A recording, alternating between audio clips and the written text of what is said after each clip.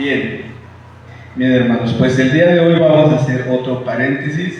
De hecho, no vamos a continuar este día al menos con el catecismo de Heidelberg, sino que como hace 8 días algunos hermanos pues tenían unas cuantas dudas referente a que si nosotros somos semejantes a Dios, que si somos parecidos, que si somos diferentes. Bien, el día de hoy vamos a tratar de esclarecer esas dudas, ¿sí? ¿En qué sentido? En el sentido de que somos semejantes en algunos aspectos, pero inclusive cuando somos semejantes a Dios, Dios es infinitamente superior a nosotros, ¿sí? Vivimos naturalmente con Dios, es decir, en cuanto a su naturaleza y a la nuestra.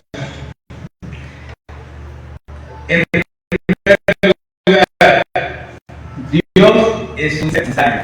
¿Qué quiere decir esto? No necesariamente implica que todos necesitemos a Dios, que es cierto, pero cuando decimos que Dios es un ser necesario, a lo que hacemos referencia es que Él no puede no ser, es decir, por naturaleza Él es. En contraste con nosotros, que somos seres contingentes. ¿Qué significa esto? Un ser contingente es, según la filosofía, algo que puede o no puede ser, ¿sí? Es decir, nosotros bien pudimos haber nacido en otro tiempo, pudimos haber tenido en un escenario hipotético diferentes padres, o inclusive nosotros pudiésemos ni siquiera haber existido, ¿sí? En ese sentido, cada uno de nosotros carecemos de esa naturaleza necesaria. Sin embargo, Dios no. Él, por su mera naturaleza, según nos dice Dios mismo en Éxodo 3:14, recordamos el evento de la zarza ardiente. Dios le dice a Moisés, cuando éste le pregunta, ¿cuál es tu nombre? Le dice, yo soy el que soy. Esto hace referencia a que Dios, por naturaleza, es un ser necesario. Él no puede no ser, Él no puede no existir. En un sentido equiparable, Dios es un ente incausable. Es decir, para Él no hay una causa. Entendamos por causa aquello que origina algún efecto o algún evento. Por ejemplo, ¿qué es lo que a ustedes les causó el que vinieran hoy a la congregación? ¿Qué los motivó? Así de manera simple, hermano Alfredo. Venir a alabar a Dios. ¿Ok? Venir a alabar a Dios, venir a congregarnos. Por ejemplo, cuando comemos, ¿qué es lo que nos causa el comer? Exacto, el hambre es lo que nos impulsa, ¿no? Nosotros, desde luego, somos seres causados, inclusive en nuestra mera existencia. ¿A qué me refiero con esto? Ninguno de nosotros es independiente en cuanto a su existencia, es decir, necesitan una causa para existir. Todos nosotros, de hecho, todo lo que existe. Sin embargo, Dios es incausado. ¿Sí? A Él nada lo causa. Él, por su propia naturaleza, es eterno.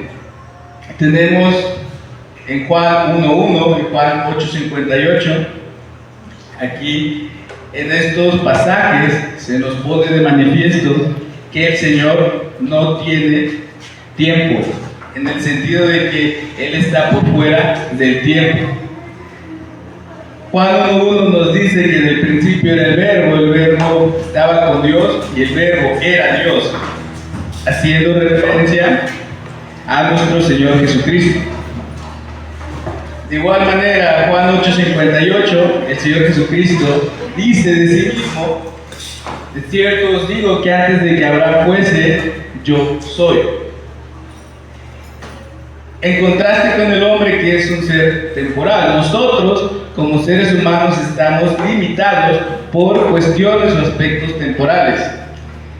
Génesis 3:19, después de que Adán y Eva cayeran y pecaran, Dios les dice que ellos volverán al polvo de la tierra, porque del polvo de la tierra salieron y al polvo de la tierra regresarán. Entonces, aquí se pone de manifiesto que el hombre no es eterno por naturaleza.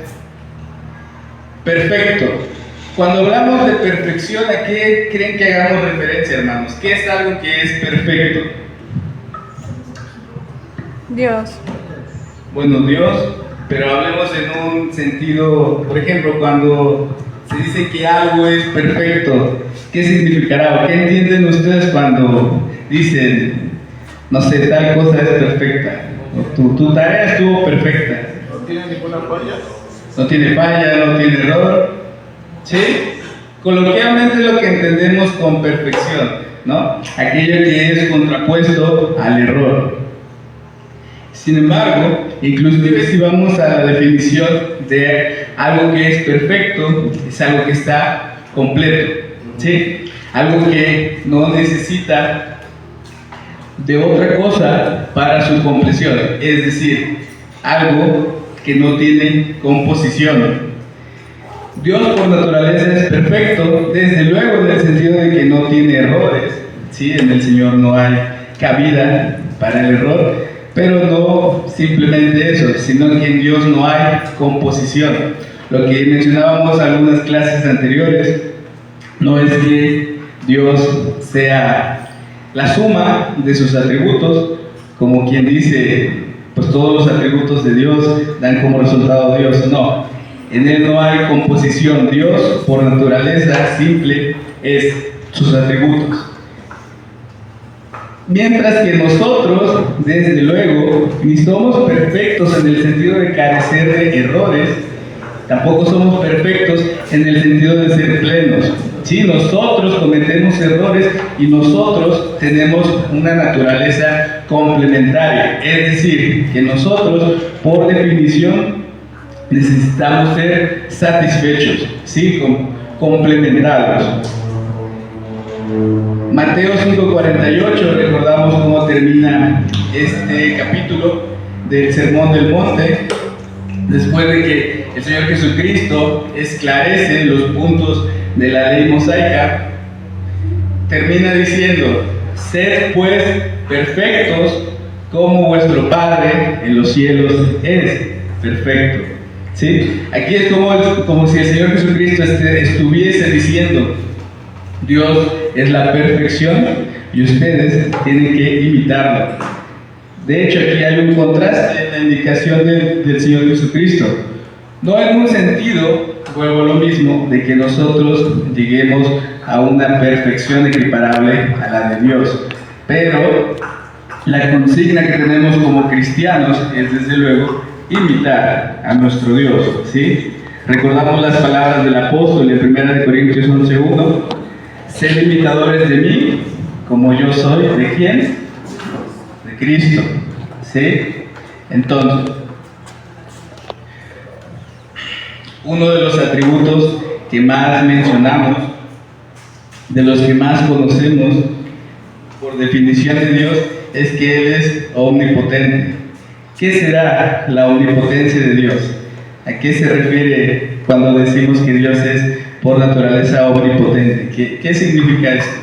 Tiene el control de todas las cosas. Tiene el control. Bueno, podría ser, aunque eso va más encaminado a su soberanía, ¿no? En cuanto a la omnipotencia, ¿qué podríamos decir?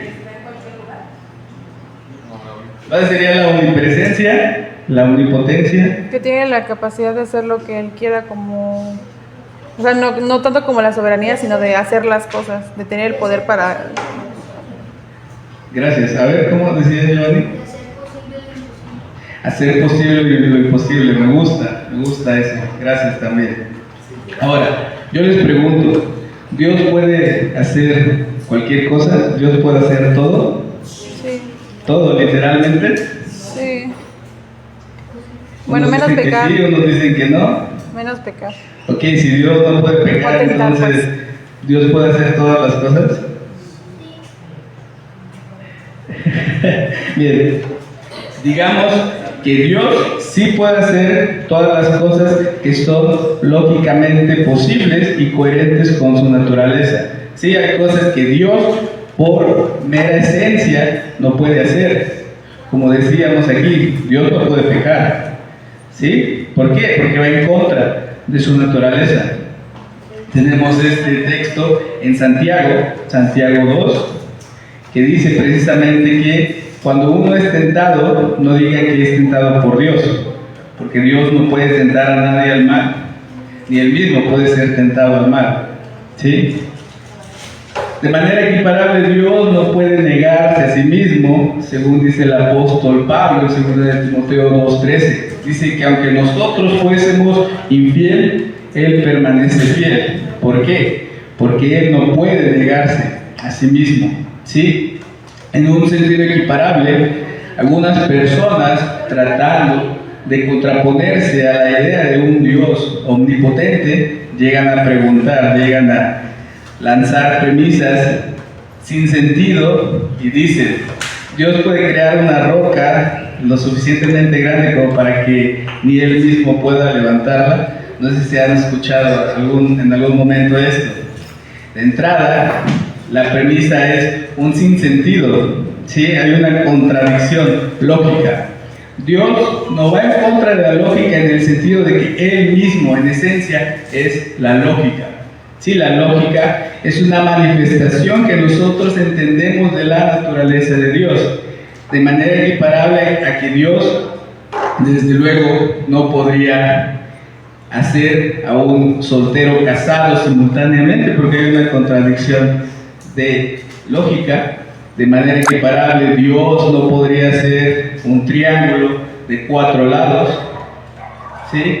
O un triángulo circular. No sé si me explico con esto. Dios únicamente hace todo, aquí sí cabe esclarecer todo, lo que es conforme a su naturaleza, a su esencia, y todo lo que es lógicamente coherente, ¿sí? Que es precisamente lo que se pone de manifiesto en el pasaje de Lucas 1:37, cuando el ángel dice que no hay nada imposible para Dios. Para Dios no hay imposibles.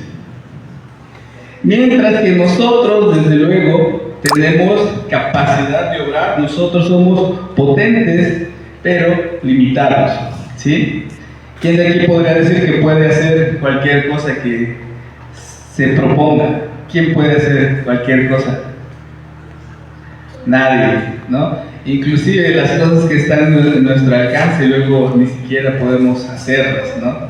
¿Quién no ha dicho a principios de año, voy a comenzar una dieta? Sí, algo que desde luego es asequible, algo que es factible para nosotros, pero aún así no lo concretamos porque nuestra potencia está limitada en cuanto a nuestras capacidades naturales, en cuanto a nuestra voluntad y demás cosas. Es lo que el Señor Jesucristo menciona en Lucas 18:27, cuando acaba de acontecer lo del joven rico, que el Señor le dice al joven básicamente que venda todo lo que tiene y lo regale, ¿no? Regale su riqueza. Y él se va muy triste. Precisamente el Señor Jesucristo dice que va a ser más fácil, que sería más fácil, de manera hiperbólica lo menciona, que un camello pase por el ojo de una aguja a que un rico entre en el reino de los cielos. Y desde luego la reacción de los apóstoles fue de completa extrañeza. Dicen, bueno, entonces, ¿quién puede hacer esto? ¿No? ¿Cómo? ¿Cómo entonces? Si es virtualmente imposible. Las palabras del Señor son: lo que es imposible para los hombres es posible para Dios. Aquí también el contraste en cuanto a la potencia. La omnipresencia es lo que mencionábamos hace unos instantes. Dios, por su naturaleza, es inmaterial, es decir, Dios es espíritu y está fuera del espacio. Esto desde luego implica que Dios está presente en todos lados, ¿sí? No hay un lugar en el que Dios no esté presente. Mientras que nosotros pues tenemos un cuerpo material y tomamos un lugar en el espacio, entonces nosotros no somos omnipresentes. Es decir, nadie puede estar en dos lugares a la vez, ¿cierto? Probablemente podemos decir, bueno, tú estás aquí, pero tu mente está en otro lado. Bueno, esa es otra cosa, ¿no? De manera tangible, nosotros solo podemos ocupar un lugar en el espacio. La omnisciencia. ¿Qué será la omnisciencia de Dios? ¿A qué nos referimos cuando decimos Dios es omnisciente? Él conoce todas las cosas. Él sabe todas las cosas. Y ahora cabría preguntarnos, ¿cómo es que Dios sabe todas las cosas? ¿Él las aprende? ¿Dios aprende? Es parte de su plan. Dios aprende, Dios sabe todo. ¿Qué opinas? Él las creó todas las cosas. Él las creó y por eso las conoce. ¿Sí? Bien. Sí, básicamente la idea con la omnisciencia de Dios es que Él, por naturaleza, conoce todas las cosas. ¿Sí? No en un sentido empírico como nosotros, es decir, Dios no conoce todas las cosas porque Él las haya aprendido o las haya experimentado. Él por definición conoce todo porque Él es el conocimiento. Si el mero conocimiento emana de la esencia de Dios. Juan 21:17, aquí ya tenemos a Cristo resucitado. Es el evento en el que está hablando con Pedro, cuando le pregunta en 3 ocasiones, Pedro, ¿tú me amas? En la última, Pedro ya consternado, dice, Señor, tú sabes todas las cosas, sabes que te amo. Aquí el apóstol está externado, Jesucristo es las cosas. Claro que el mismo apóstol Juan menciona en 1 de Juan 3:20 que Dios conoce todas las cosas, ¿sí? Mientras que nosotros, desde luego, no conocemos todas las cosas, pudiésemos saber mucho respecto a varios temas, pero a plenitud jamás vamos a tener todo el conocimiento. Y nuestro conocimiento es sensitivo, es decir, que viene a través de los sentidos, de los 5 sentidos. Es como nosotros interactuamos con el mundo y construimos conocimiento, mientras que en Dios el conocimiento es equiparable a su naturaleza. Entonces, Dios conoce todas las cosas por mera naturaleza, mientras que nosotros no. Y por último, digo aquí último porque hay un sinfín de aspectos en los que el Señor es infinitamente superior naturalmente a nosotros, pero bueno, por cuestiones de tiempo, pues nada más mencionamos unos cuantos. Dios es santo, ¿sí? Isaías 6:3 creo que nos dice que Jehová es santo, santo, santo, en la visión que tiene el profeta Isaías, mientras que el hombre por naturaleza pues es pecaminoso, es pecador. Según Romanos 3:10-11 dice, porque no hay justo ni aun uno, no hay quien haga lo bueno, no hay quien busque a Dios. Entonces, básicamente, cuando usted piensa en usted mismo y al mismo tiempo lleva su pensamiento a la deidad, debe llegar a la conclusión de que Dios es infinitamente superior a usted en los sentidos, claro, positivos o benéficos, podremos decir.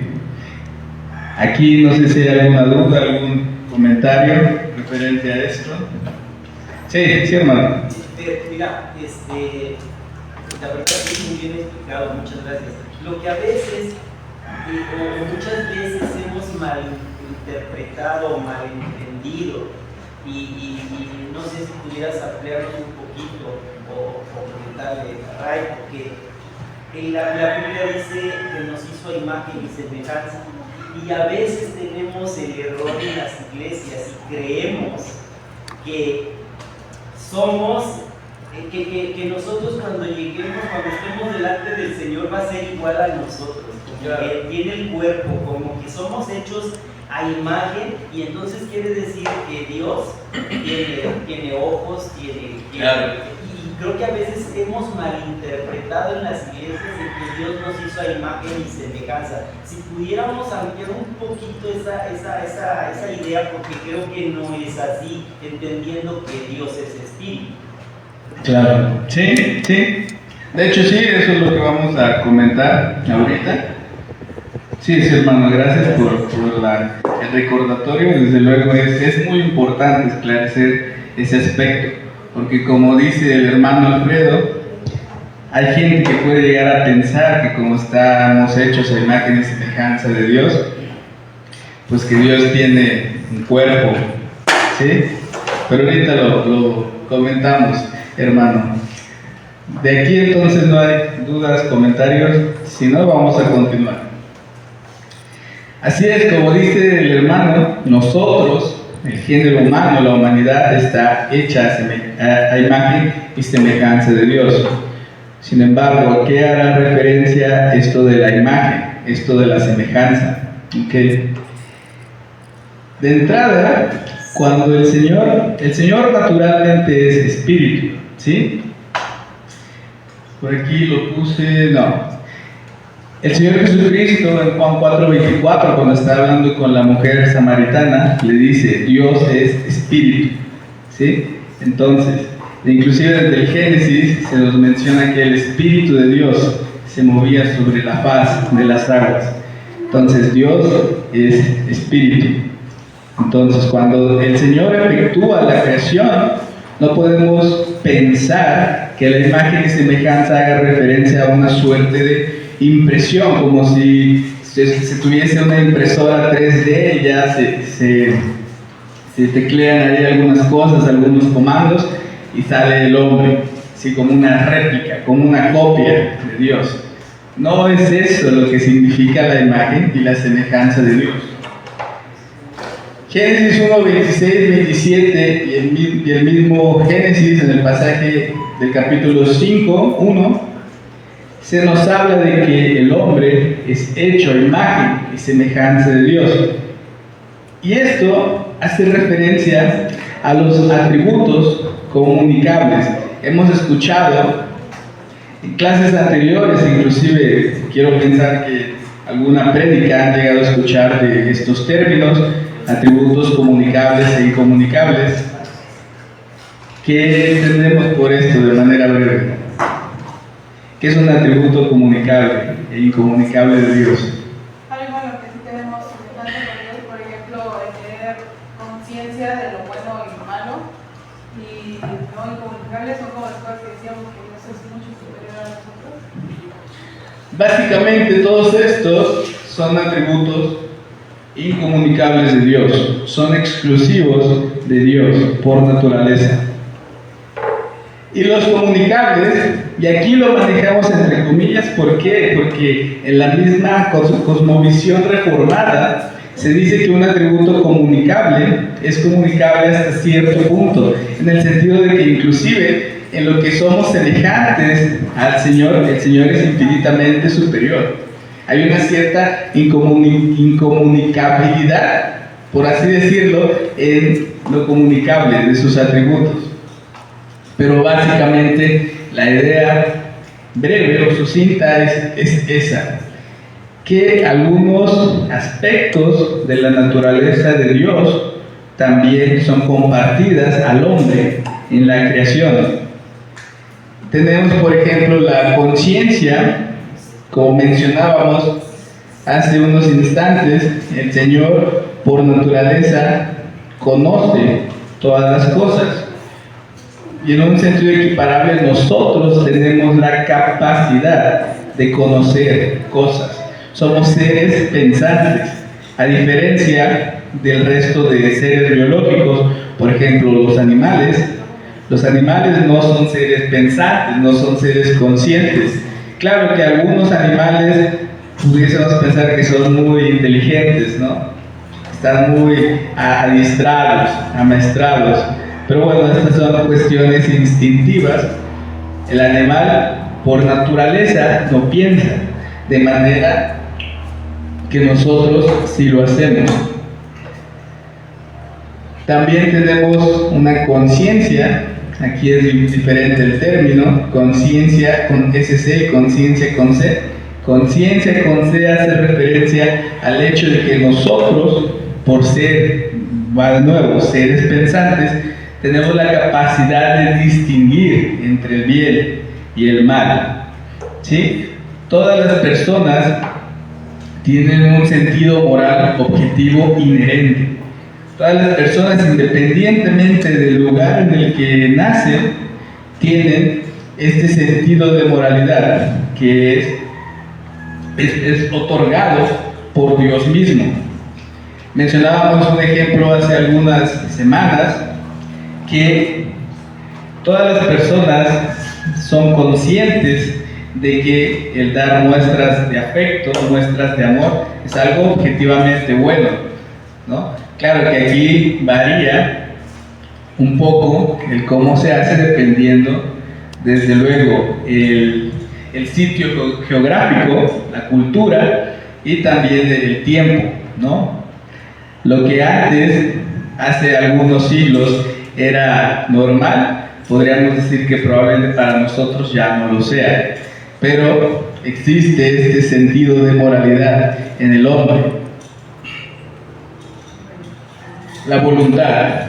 El Señor, por naturaleza, tiene una voluntad, ¿sí? De igual manera nosotros la tenemos, es decir, esta capacidad no solo de conocer y no solo de distinguir entre el bien y el mal, sino también en el sentido de tomar decisiones acorde generalmente a nuestros deseos, ¿no? Básicamente eso es la voluntad, y el Señor también la tiene. Recordamos el Salmo 115:3 y 135:6, se nos dice que Dios ha hecho todo lo que Él ha querido, ¿sí? Entonces, inmaterialidad, ya habíamos mencionado que Dios es inmaterial, Dios es espíritu, naturalmente Dios es espíritu, y nosotros también tenemos una parte inmaterial en nuestra existencia, ¿sí? Nosotros no nos limitamos a ser materia, nosotros tenemos una conciencia y también tenemos alma, tenemos espíritu, ¿sí?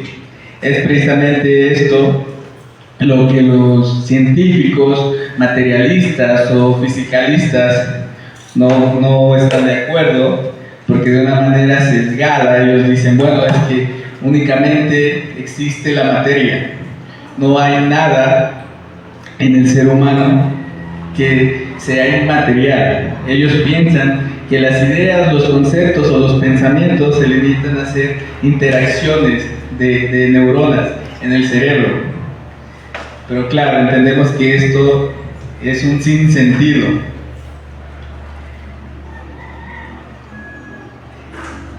Aquí no sé si hay alguna pregunta, algún comentario. Acerca de la voluntad. La voluntad es como la forma de libre albedrío, ¿no?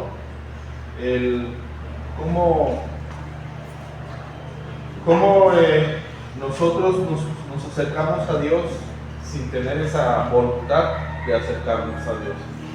Nosotros no. Entonces ahí, si nosotros no pudimos acercarnos por nuestras propias fuerzas, por nuestra necesidad, ¿por qué Dios nos implanta esa necesidad? Bueno, sabemos que por los elegidos, pero ¿por qué a veces hay el por qué a otros no?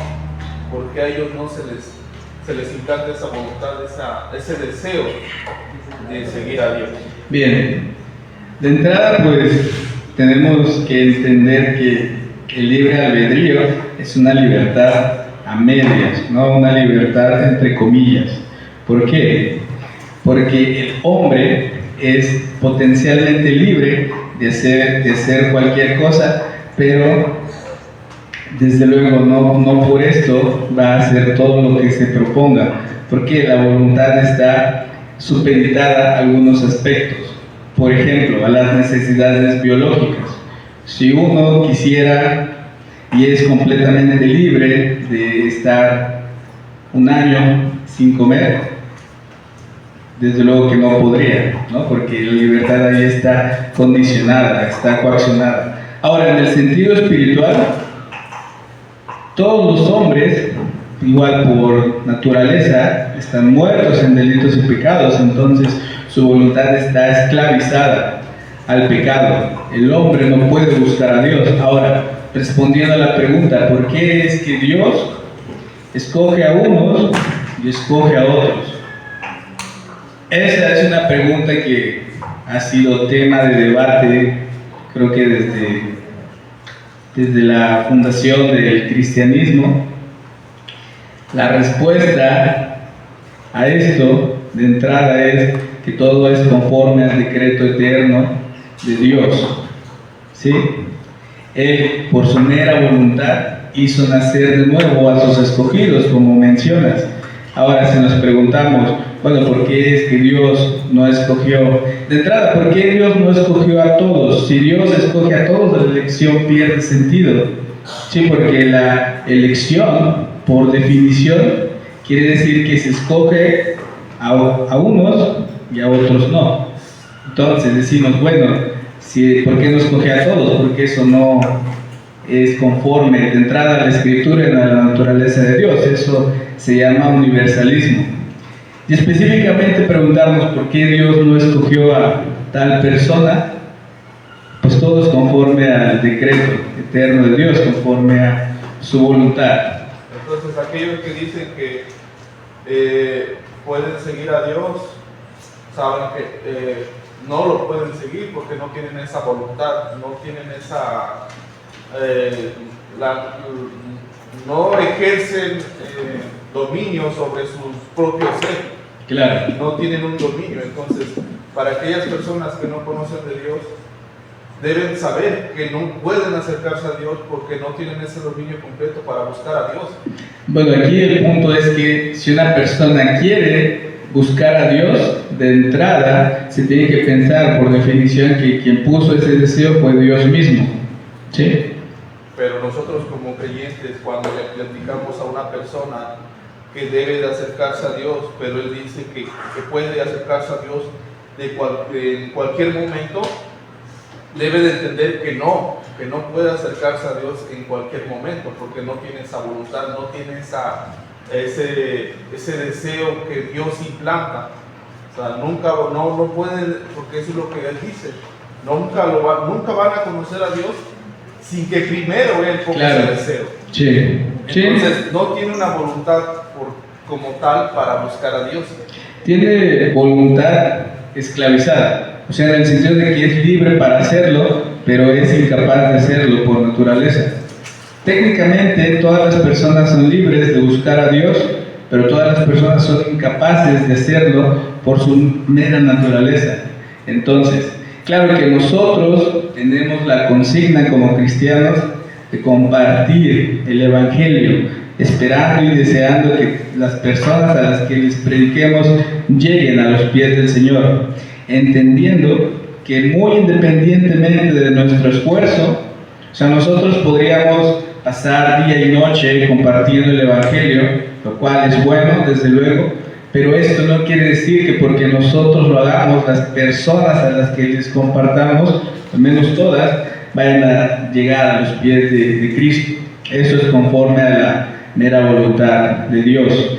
Es lo que recordamos el apóstol Pablo le menciona a los corintios, algo equiparable en 1 Corintios 3, 6, cuando ellos estaban siendo bipartidistas y dicen, bueno, es que yo soy de Pablo, yo soy de Apolos. ¿Qué es lo que dice Pablo?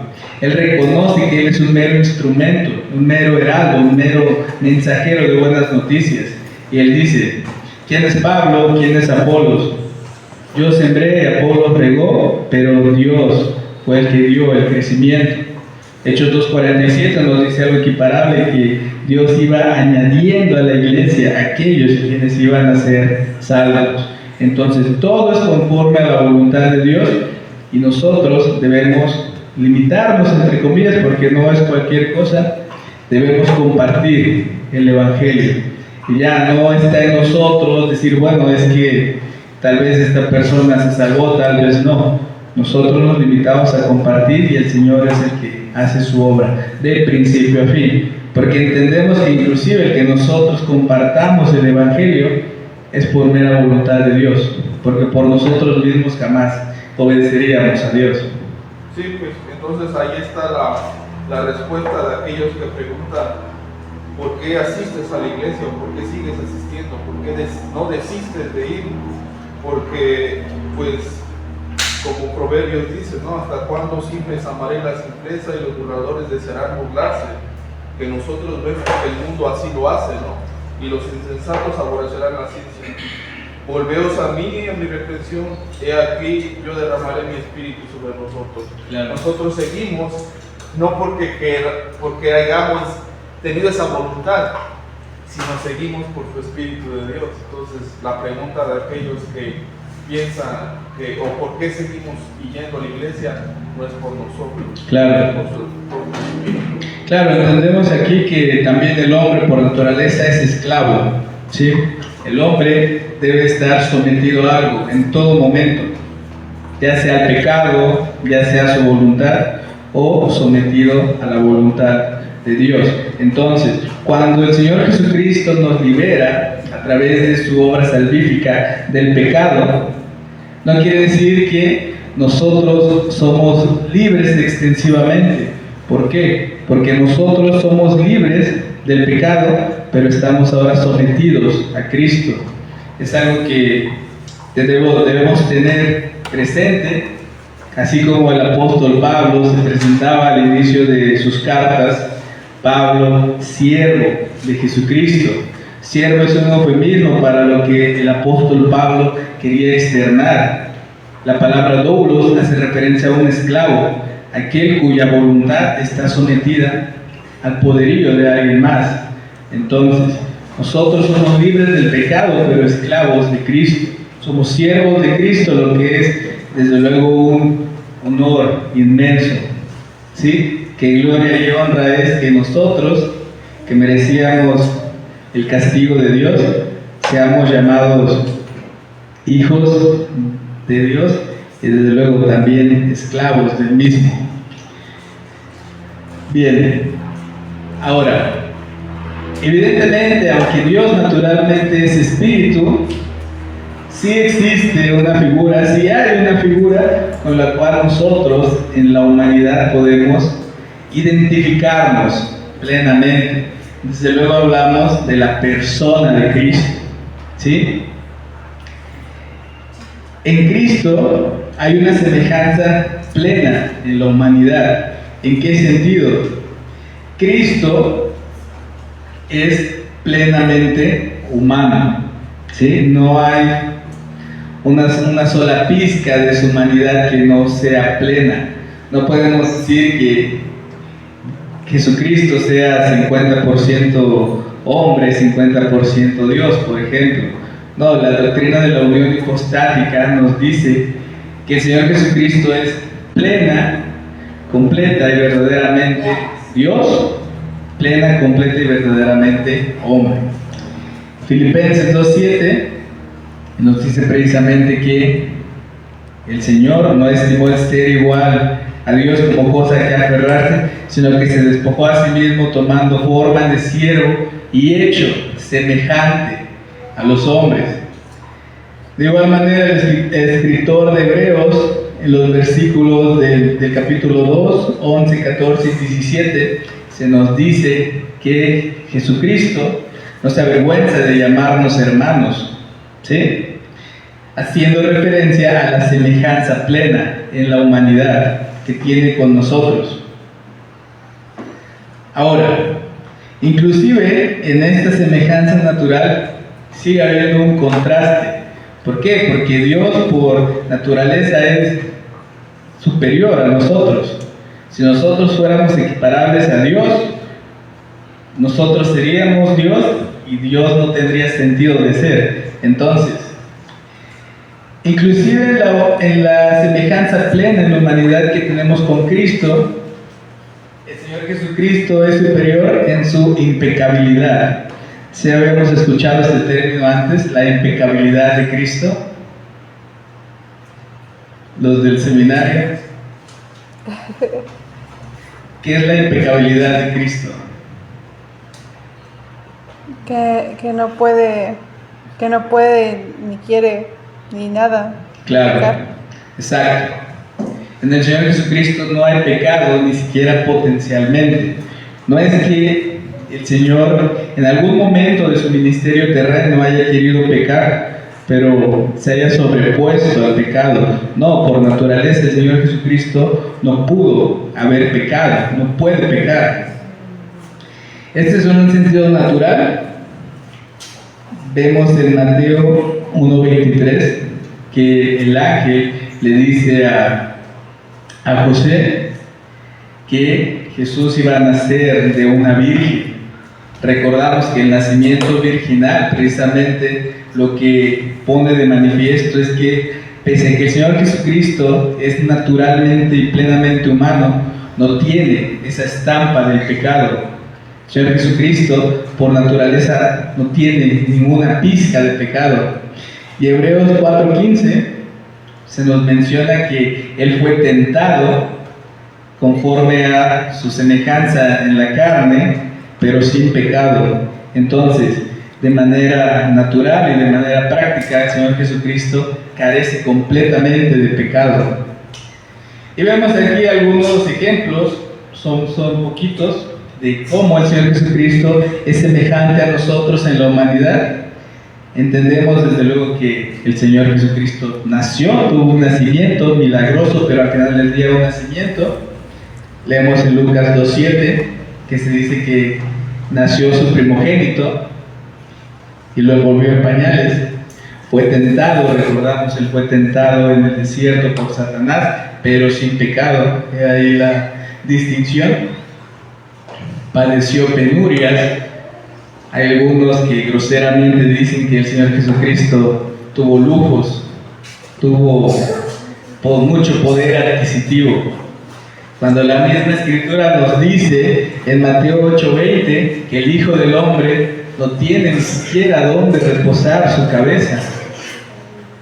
Segunda de Corintios 8:9 se nos dice que el Señor Jesucristo se hizo pobre por nosotros, para que nosotros fuésemos ricos por su pobreza. Aquí no habla de una riqueza material, desde luego, sino de la riqueza espiritual que nosotros recibimos por gracia, a través del sacrificio del Señor Jesucristo.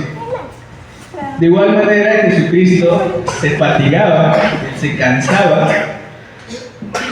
Es precisamente el motivo por el cual cuando llega con la mujer samaritana le pide agua, porque él tenía sed, estaba cansado. Literalmente es lo que dice este versículo, que se fatigó. Él dormía, el Señor Jesucristo también dormía. Mateo 8:24 nos narra que precisamente cuando los apóstoles estaban en la tempestad, Él estaba dormido y lo despertaron. Si recordamos este pasaje, estaban asustados y le dijeron: tú estás dormido y nosotros aquí a punto de morir. Y el Señor Jesucristo también lloró. Juan 11:35, en la tumba de Lázaro, el Señor Jesucristo derramó lágrimas, que es de hecho el versículo más corto, 2 palabras: Jesús lloró.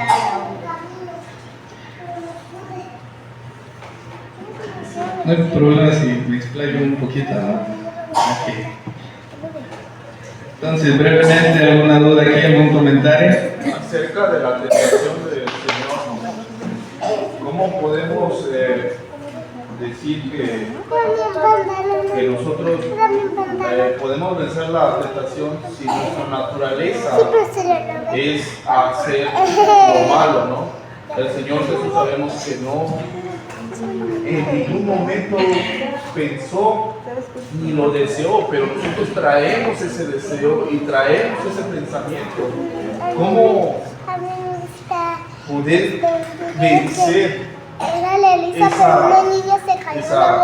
sabemos el Espíritu Santo, pero nosotros estamos como que batallando un poquito más? Claro. Entonces, ¿cómo podemos entender ese misterio delante de Dios con el Señor Jesucristo. Bien, pues naturalmente el Señor Jesucristo, por el simple hecho de que es Dios, Él no pudo haber pecado de entrada. Entonces, cuando Él fue tentado, no fue tentado en cuanto al pecado, sí, sino en cuanto, de hecho, a la necesidad biológica de entrar de consumir alimentos. Es lo primero que le menciona Satanás, ¿no? Si tú, después de haber pasado el ayuno de 40 días y 40 noches, si tú eres hijo de Dios, pues convierte estas rocas en pan, ¿no? Pero Él no estuvo tentado en cuanto al pecado. Ahora, ¿de qué manera nosotros podemos vencer la tentación?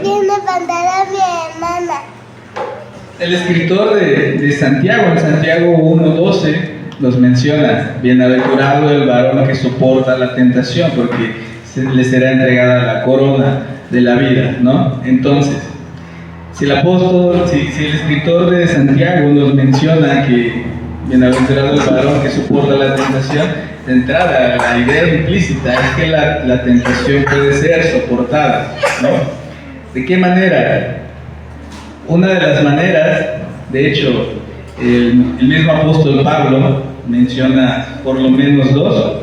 En 2 de Timoteo 2:22 se nos menciona que le escribe a Timoteo: huye de las pasiones juveniles, ¿no? Y en 1 de Corintios, a los corintios les escribe, 1 de Corintios 10:13, que bueno es Dios, que aún con la prueba da la salida para esa prueba. Dice: no os permitirá ser tentados más allá de lo que puedan soportar, porque junto con la prueba viene la salida, la forma de sortear esa prueba. Al final del día, todo es por la mera gracia del Señor. Por su gracia podemos soportar la tentación. Entonces, claro que esto no implica que, pues, lastimosamente, todas las tentaciones van a ser vencidas. Sí, llegan momentos en los que caemos, en los que pecamos, pero al final del día su gracia nos sostiene. Y de nuevo se sostiene que la gracia no es una licencia para pecar. No podemos decir: bueno, es que Dios me entiende, Dios es consciente de que yo tengo este vicio, por ejemplo, entonces, pues si lo cometo, Él me va a perdonar. No, eso es un pensamiento impío. Entonces, básicamente la idea es su gracia, a través de la santificación de su Santo Espíritu. Es como nosotros podemos soportar la tentación. No es por nuestras fuerzas, jamás va a ser por nuestras fuerzas. Todo es por la gracia conforme a la voluntad de Dios. Entonces ahí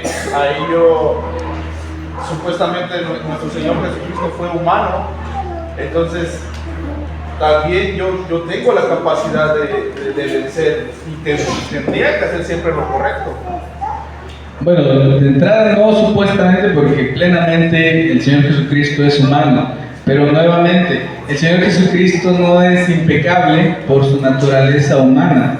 La impecabilidad se ve manifestada en su naturaleza humana, pero Él es impecable por su naturaleza divina. Porque Él es divino, no puede pecar. Nosotros no somos divinos. Nosotros sí podemos pecar, y de hecho nosotros pecamos. ¿Sí? Entonces, Él, porque es Dios, no puede pecar. No pudo, ni puede, ni podrá pecar. No es compatible con su naturaleza. Sí, porque el incrédulo dice, o en las escrituras así lo interpretamos, ¿no? Dios fue hombre y Él, como dices, Él sintió el deseo y va a comprender. Pero no hay una semejanza con Cristo Jesús. Nosotros no podemos asemejarnos. Fue hombre, pero no tiene los defectos que nosotros tenemos. Claro, hay una semejanza, pero no plena extensivamente. Aunque Él es completamente humano sin pecado. Nosotros sí tenemos pecado. Sí, hermano. Yo creo que más bien es que nosotros ahí entendemos la diferencia, ¿no? La semejanza a Dios, porque finalmente nosotros somos humanos y nosotros sí pecamos. la petición que tenemos nosotros, dice Hebreo, ¿no? Acércate al trono de la gracia para el oportuno socorro. ¿Sí? Y dice que todo el que nos pide perdón nos limpiará de toda manera. Claro. Entonces, cuando el Espíritu Santo está en nosotros y nos redarguye, nosotros entendemos que fallamos y que tenemos que pedir perdón. Y ese es el batallar que nosotros tenemos, confiando en la gracia que nos perdona.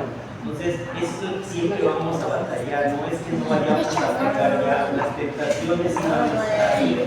El tema es, como acabas de decir, si yo hoy como y allá mañana me arrepiento y digo ya me perdonó y hoy vuelvo a tomar, entonces ahí no hay un arrepentimiento, ahí no hay una salvación. Disculpa y remordimiento. Ahí hay remordimiento, ahí no podemos pensar que el Señor está obrando en nosotros nos estamos engañando. Porque cuando estos hijos, cuando el Espíritu Santo en realidad nos redarguye el pecado, nosotros lo vamos haciendo a un lado. Porque entendemos que el Señor nos está restaurando día a día, pero no quiere decir que no vamos a volver a fallar o que no tenemos pecado, porque el pecado mora en nosotros. ¿Sí? Dice Pablo, lo que no quiero hacer eso hago, y lo que quiero hacer no puedo, porque el pecado sigue morando en nosotros. Yo creo que aquí lo que tendríamos que identificar es si realmente el Espíritu Santo nos está redarguyendo y nosotros día a día vamos siguiendo los pasos de Jesús. Es cuando vamos a entender que efectivamente Él está transformando nuestras vidas y no va a haber pecado en nosotros cuando estemos delante de Él. Claro, sí, muy bien. Gracias, hermanito. Yo creo que vamos a continuar, igual por la economía del tiempo. Ahora, ya vimos de qué manera somos diferentes a Dios naturalmente, cómo nos asemejamos a Dios naturalmente. Y ahora vamos a ver de qué manera somos semejantes a Dios en cuanto a nuestras funciones o en cuanto a nuestras prácticas.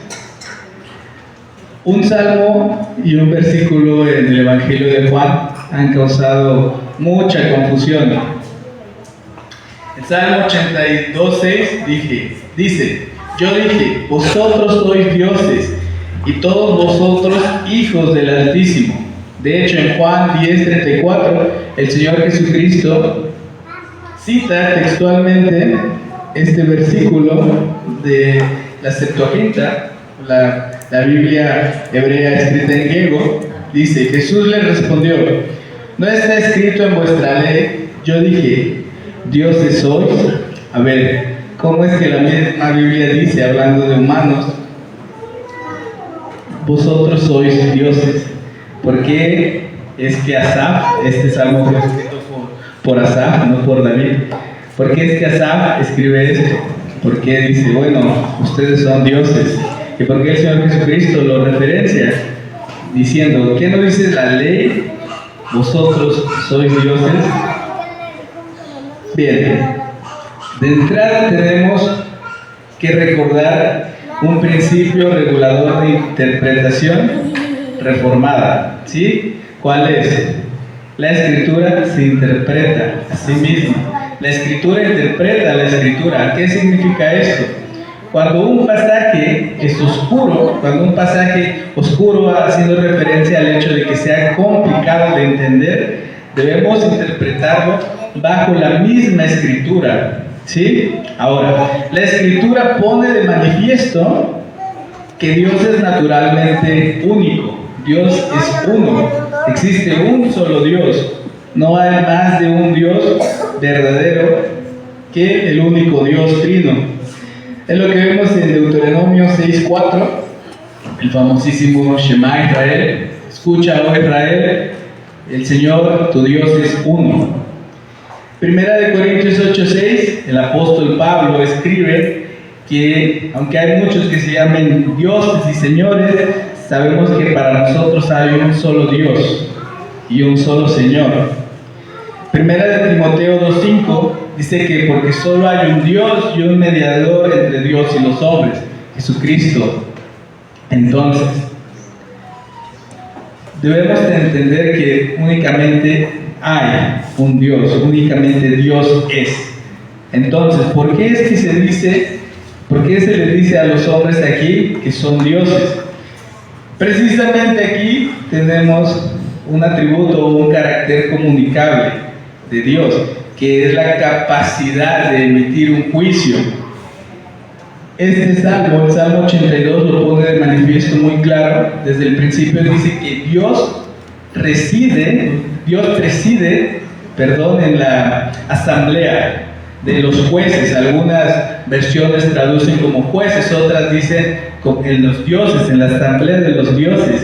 Esto hace referencia a que aunque existan entes, en este caso personas, con la capacidad de emitir o ejercer un juicio, es decir, con la capacidad de juzgar, al final del día Dios es el que preside esto. ¿Por qué? Porque Él por naturaleza es juez. Él es el juez supremo, definitivo.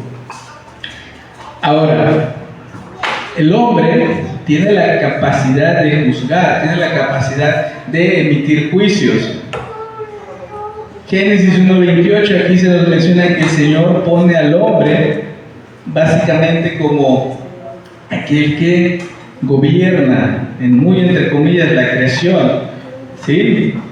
¿Por qué? Porque le dice: enseñoréense sobre la creación, sobre los peces, sobre las aves.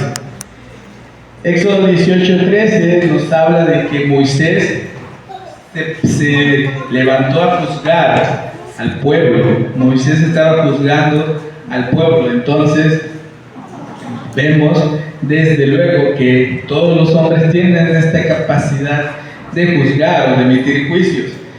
Entonces, sustancialmente, la idea de este versículo no es que nosotros seamos dioses potenciales, que seamos una suerte, un tipo de dioses, sino que nosotros juzgamos de manera equiparable como Dios lo hace.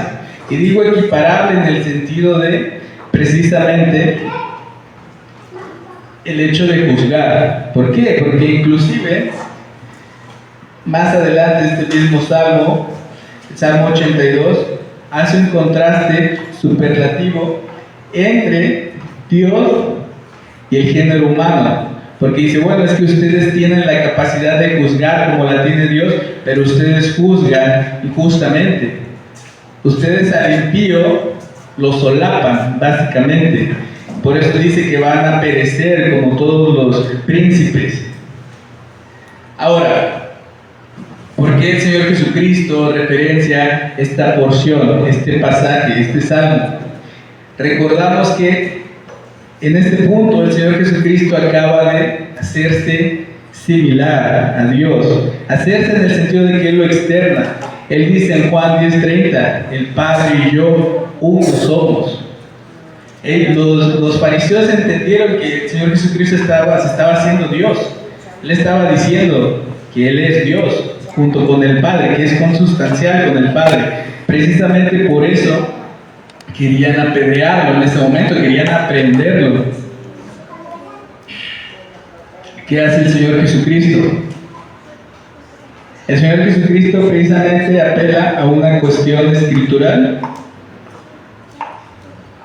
en el hecho de que el hombre se asemeja a Dios parcialmente. Es como si el Señor Jesucristo les estuviese diciendo: la misma escritura pone de manifiesto que el hombre es parecido a Dios. No es que el Señor Jesús estuviese diciendo que el hombre es Dios o es un tipo de Dios. No, le está diciendo: bueno, es que la escritura misma dice que el hombre es similar a Dios. De hecho, más adelante en este mismo capítulo les dice que si Él hace las obras en nombre del Padre, deberían creerle. ¿Qué es lo que está diciendo el Señor Jesucristo? Dice: si para ustedes es aceptable la idea de que el hombre natural es similar a Dios, ¿de qué manera más similar será a Dios el Dios humanado? Es decir, Jesucristo. ¿Qué tan con qué superioridad es más semejante a Dios, siendo Dios mismo que el resto de los hombres. Esta es la idea. Entonces, no quiere decir esto que, como algunas personas han dicho, un predicador muy famoso, de hecho dice que somos como Jehová Juniors, ¿sí? Somos dioses pequeños. No, esto es una herejía. Nosotros no somos semejantes a Dios naturalmente, pero sí en cuestiones prácticas o funcionales, como en el hecho de tener la capacidad de emitir un juicio. Y por último, creo que el punto en el que más semejantes seremos a Dios, sin ser naturalmente equiparables y consustanciales con Dios, va a ser precisamente cuando estemos en su presencia. Primera de Juan 3:2 se nos dice: amados, ahora somos hijos de Dios y aún no se ha manifestado lo que hemos de ser, pero sabemos que cuando Él se manifieste seremos semejantes a Él, porque le veremos tal como Él es. Aquí se está hablando del estado glorificado, es decir, en la resurrección postrera. Recordamos de manera breve el episodio de la transfiguración de nuestro Señor Jesucristo. Está en Mateo 17 o en los capítulos 9 de Marcos y Lucas.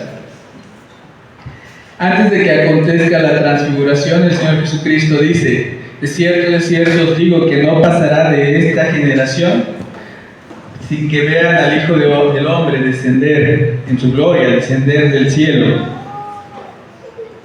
¿Qué significa esto? Significa que el Señor Jesucristo iba a descender antes de que esta generación pereciera. Evidentemente no, esa generación ya pereció. Sí, el Señor Jesucristo no ha vuelto. Entonces, ¿quiere decir que el Señor se equivocó? Claro que no. El Señor iba a externar o a manifestar un atisbo, una vislumbre de precisamente el estado glorificado que aconteció en la transfiguración. Recordamos que el Señor sube con su círculo íntimo al monte. Entendemos, esto también es lenguaje tipológico, porque en el antiguo pacto, en primera instancia, para hablar con Dios subía al monte. Entonces, ¿qué sucedió? El Señor se transfiguró. Dice que sus ropas fueron blancas y resplandecientes, cual ninguna sustancia podría blanquear la ropa. Sí, o sea, estaba brillante. Entonces, también aparecieron ahí Moisés y Elías. ¿Y qué hicieron los apóstoles? De entrada tuvieron miedo, ¿no? ¿Por qué? Porque ellos entendieron que era una manifestación divina. El rostro de Jesucristo resplandeció. Tuvieron miedo y se postraron. Precisamente el Señor les dice que no teman, y ya es cuando el apóstol Pedro pregunta si quiere que le construya algunas ramadas ahí. El Señor Jesucristo, con su transfiguración, estaba presentando un antecedente de entrada de su divinidad, pero no solo eso, sino también del estado glorificado. ¿En dónde se concretó esto? ¿En qué momento? Desde luego en el punto en el que el Señor Jesucristo resucita al tercer día. El Señor Jesucristo resucita con un cuerpo ya glorificado. Esto está en los 4 evangelios: Mateo 27, Marcos 16, Lucas 24 y Juan 20. ¿Sí? Nosotros en la resurrección vamos a ser semejantes a Él, seremos transformados en un cuerpo glorificado, equiparable al de Jesucristo. Hay versículos que nos lo ponen de manifiesto. Romanos 8:18 dice que el apóstol tiene por seguro que todas las penurias no son nada equiparables a la gloria que en nosotros ha de manifestarse. Él está hablando de estado de gloria. Primera de Corintios 15, 44 y del 50 al 55, que es de hecho el tema del verso de hoy, así que no voy a meterme de lleno a esto, también por cuestiones de tiempo. El apóstol está hablando en un lenguaje que referencia al estado de gloria. Apocalipsis 21:4 dice que ya no habrá llanto, ya no habrá muerte, ya no habrá dolor, ¿sí? Entonces, lo corruptible se va a vestir de incorruptible y lo mortal se va a vestir de inmortal. Es decir, cuando tengamos el cuerpo glorificado, ese cuerpo ya no va a enfermar, ya no va a perecer, va a ser semejante al estado glorificado de Jesucristo. A esto se hace referencia cuando dice que seremos semejantes a Él, pero de igual manera vamos a seguir siendo inferiores sustancialmente, es decir, en naturaleza no vamos a ser divinos, vamos a seguir siendo humanos, pero humanos glorificados. Y cabe esclarecer un punto aquí que muchas personas tristemente llegan a confundir. De hecho, algunos grupos sectarios dicen, bueno, es que después de que uno muere, algo que conocen como el sueño del alma, dicen que el alma permanece inerte, permanece como dormida, y que cuando ocurre la resurrección, que ellos lo van a sentir como si se hubieran ido a dormir por unos segundos, aunque pasen los años que el Señor haya establecido, que haya decretado. Pero la Escritura nos dice algo diferente. La Escritura no nos habla de un sueño del alma. Lo que nos dice la Escritura es que en el momento en el que nosotros dejamos este plano terrenal, en el momento en el que nosotros morimos, pasamos inmediatamente a la presencia de Dios, pero en un sentido inmaterial, es decir, no pasa nuestro cuerpo, pasa nuestra alma, no es que ya en ese momento nosotros ya tengamos el cuerpo glorificado, no, eso es en lo posterior. Debemos entender que inclusive a partir de que nosotros morimos, ya somos partícipes de esa gloria venidera, no una gloria plena, esta va a ser en el estado glorificado. Por eso a esta doctrina se le conoce como el estado intermedio, es decir, entre que morimos y entre que resucitamos, nuestra alma está en la presencia de Dios. Segunda de Corintios 5:8, el mismo apóstol Pablo está diciendo que él, que es bueno estar ausentes en el cuerpo, es decir, estar muertos, pero presentes en el Señor. Y por último, Filipenses 1:23, después de que el mismo apóstol dice en el versículo 1:21, porque para mí el vivir es Cristo y el morir es ganancia. En el verso 23 dice, porque tengo deseo de partir, estar con Cristo, lo cual es muchísimo mejor. Entonces, nosotros participamos de la gloria en el momento en el que dejamos este plano y procedemos a estar en la presencia de nuestro Dios. Bien, hermanos, yo creo que por cuestiones de tiempo vamos a dar por concluido este. ¿Está bien? Nada más algo, ¿no? Que sí es importante, que lo vamos a ir, yo creo, con el tiempo afinando. Es cierto que, por ejemplo, en la Confesión de Fe de Westminster, no recuerdo exactamente el artículo, pero dice que en el estado intermedio, el alma o el espíritu está con Dios. Pero eso lo tenemos que entender cómo es, porque es verdad eso que dice ahí, pero cómo es, porque estamos influenciados de la cultura griega, lo entendemos como los griegos lo entienden, y eso no es así. ¿Qué es lo que el Señor está diciendo? ¿Qué es lo que Pablo está diciendo cuando dice porque es mejor estar allá, pero por amor a ustedes prefiero estar acá. ¿Qué es lo que realmente está diciendo Pablo? ¿Cuál es el contexto real? Si realmente justifica el estado intermedio o él está hablando de su obra aquí en la tierra.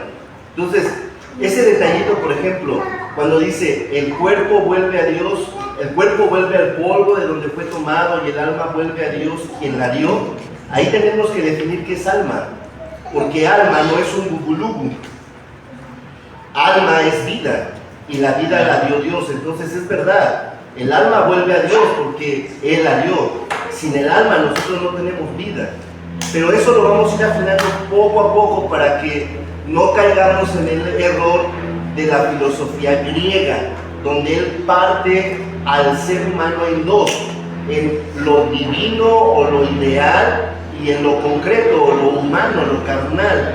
Y bueno, esa era la Sí. Muy bien. Bien, hermanos, vamos.